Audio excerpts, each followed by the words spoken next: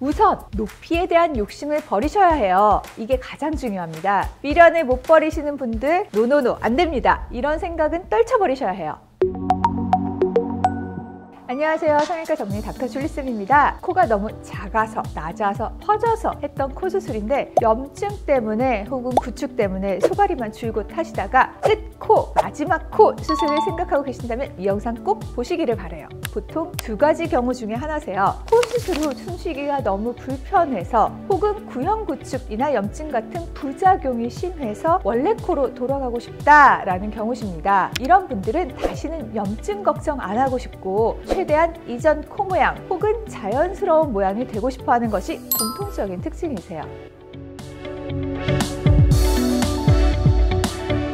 우선 높이에 대한 욕심을 버리셔야 해요. 이게 가장 중요합니다. 높이가 낮아지면 조금 더 퍼져 보이고 날렵함이 줄어들게 돼요. 그래도 코 높이는 포기 못해 라고 미련을 못 버리시는 분들 노노노 안 됩니다. 이런 생각은 떨쳐버리셔야 해요. 제가 흔하게 말씀드리는 작고 예쁜 코가 김유정 씨 코예요. 그런데 이 코는 자연스럽고 예쁘고 코끝도 동글동글한데 메이크업과 조명이 없으면 존재감이 약하고 그렇게 슬림해 보이지 않게 돼요. 특히 김유정 씨 같이 피부가 어느 정도 두께가 있는 경우라면 더더욱 콧망울이 슬림한 느낌이 아쉬울 수밖에 없습니다. 만약 낮으면서 슬림하고 오똑한 코를 원하신다면 아이유 씨 같이 피부가 엄청 얇은 경우가 아니라면 불가능한 경우가 대부분이세요. 두 번째, 가급적 보형물을 사용하지 않으시는 것이 좋아요. 아무래도 보형물은 이물질이다 보니 시간이 지나면서 염증이 생길 수 있는 가능성이 있어요. 그래서 이전에 엄청 높은 보형물을 썼어서 높이감이 없을 경우 코 모양 자체가 너무 이상해지는 경우만 제외하고는 가급적 자가진피나 인공진피 같은 진피 조직으로 콧대를 만들어주는 게 안전합니다. 추후에 굴곡이나 높이의 낮아짐은 있을 수 있어도 염증에서는 안전하거든요.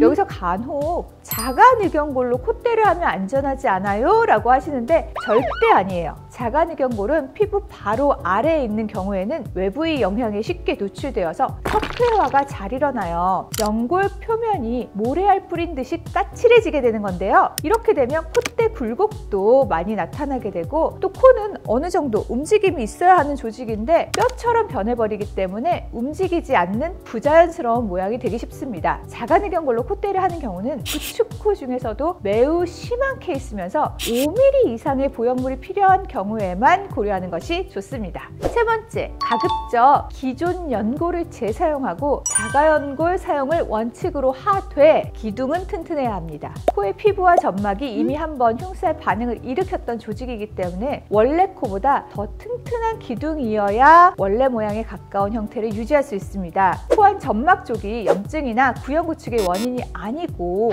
콧대 쪽에서 시작된 문제라면 기증늑연골을 사용해도 되지만 점막 쪽에 문제가 있었던 경우라면 자가늑연골을 사용하는 것이 훨씬 좋습니다. 하지만 늑연골은 우리 몸의 방탄조끼에 해당하는 구조물이기 때문에 꼭 필요한 경우에만 득실을 따져서 사용하는 게 좋겠죠? 수술 초반에 필연적으로 발생하는 부기와 불편감이 있는 시기에는 좀 더 경과를 보면서 지켜보는 것이 중요합니다. 수술 후 코가 불편해서 다 빼고 싶다 하는 분들의 가장 큰 오류는 다 빼도 한동안 불편할 거라는 점이에요. 일단 절개를 하고 방리를 한 구조물은 일시적으로 흉살이 생기게 되는데 이 기간에는 흉살 때문에 코가 딱딱하고 덜 움직이는 것 같고 초기 부기가 많을 때는 실제보다 코가 더 들려 보이기도 하고 기존에 심한 횡코였다면 피부가 다시 자리를 잡을 동안 늘어난 피부가 그대로 보여서 윙코 교정이 덜 된 것처럼 보이기도 하게 되거든요. 첫 수술 후 최소 6개월 이상의 경과를 보고 재수술을 결정하시는 것이 좋습니다. 하지만 수술한 지 오래되었는데 염증과 구축이 현재 심하게 진행형으로 일어나고 있는 상태라면 염증이 있다고 해도 빨리 재수술을 하시는 것이 좋아요. 피부가 일단 수축하고 연골이 녹아서 흡수되기 시작하면 이를 되돌리기가 쉽지 않거든요. 이런 경우에는 자가연골이 더 흡수되고 피부가 더 쪼그라들기 전에 빨리 교정을 해주는 것이 이후 코 모양이 최대한 원래 코에 가깝게 되돌아올 수 있는 찬스를 높여줍니다.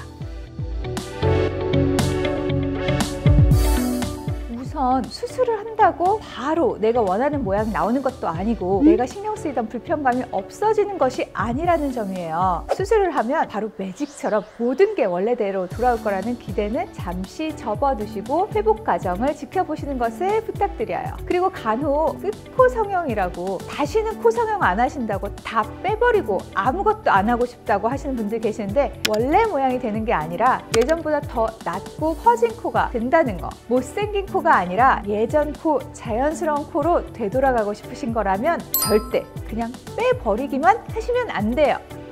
오늘 영상에서는 마지막 코 성형이라고 생각하셨을 때 꼭 기억하셔야 할 점에 대해서 이야기해 보았습니다. 지금까지 저는 라이트 성형외과의 닥터 줄리쌤이었고요. 좋아요와 구독 눌러주시면 감사하겠습니다. 안녕.